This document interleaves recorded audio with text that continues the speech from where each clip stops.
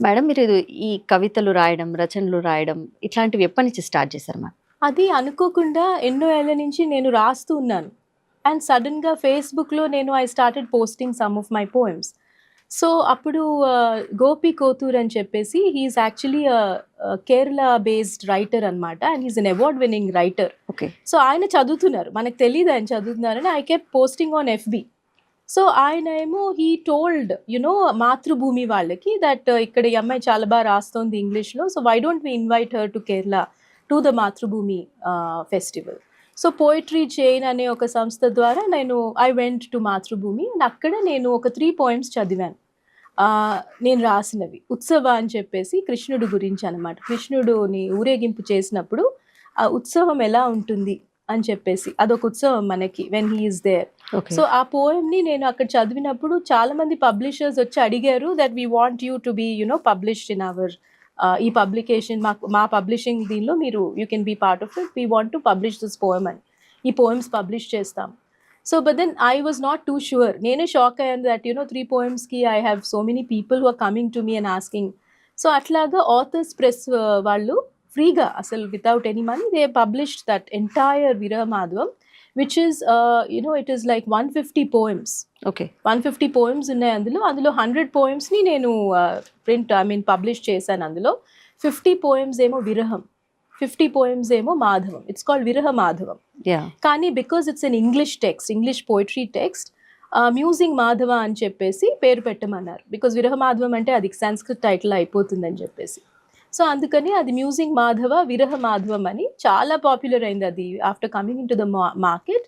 And many schools even అబ్రాడ్లో కూడా ఇది సిలబస్ కింద తీసుకున్నారు ఒక 3 పోయమ్స్ని ఇంక్లూడింగ్ ఉత్సవ అదొక పోయం.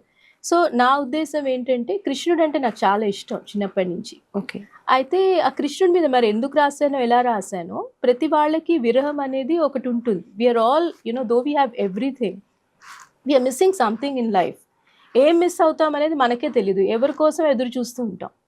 ఎవరు రావాలి. There is one song also ఎవరు రావాలి అని. I think it is Vanisri. Yeah. So అలాగే ఎవరు రావాలి, everybody is waiting for something. So దాన్ని విరహం అని నేను 50 పోయమ్స్ ఆన్ విరహం వెయిటింగ్. అండ్ దానికి నెక్స్ట్ ఏంటంటే మాధవం. మాధవం ఏంటంటే అది ఎప్పుడు మనకి సాటిస్ఫై అవుతాము, ఎవరు రావాలి, మాధవుడే రావాలి.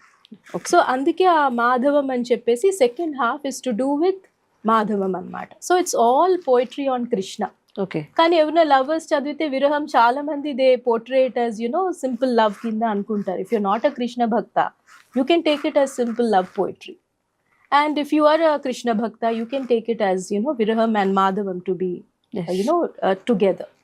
So, Adi. So, na PhD kuda, it is to do with empathy through poetry. Ipo depression ki manam pills enduku teeskovali. Why don't we take art as, a pill? So, poetry instead of a pill. Anedi na thesis anamata. Adi na dissertation. So అది try చేసాం. ఒక 100 మంది మీద నేను try చేయడం జరిగింది case studies. Okay. Where in they have some problem, ఈ song వినండి ఎలా ఉంటుందో, సో 10 సార్లు వినండి.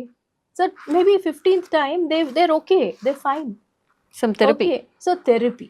So it's like therapy through poetry, therapy through writing.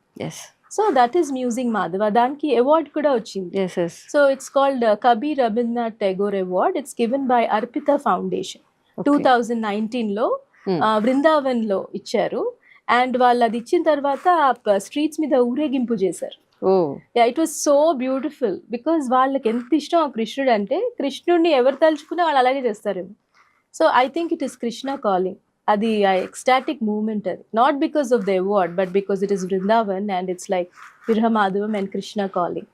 So that is one, I think, oka pedda milestone, మర్చిపోరాని milestone. And my husband was also invited. Okay. Yeah.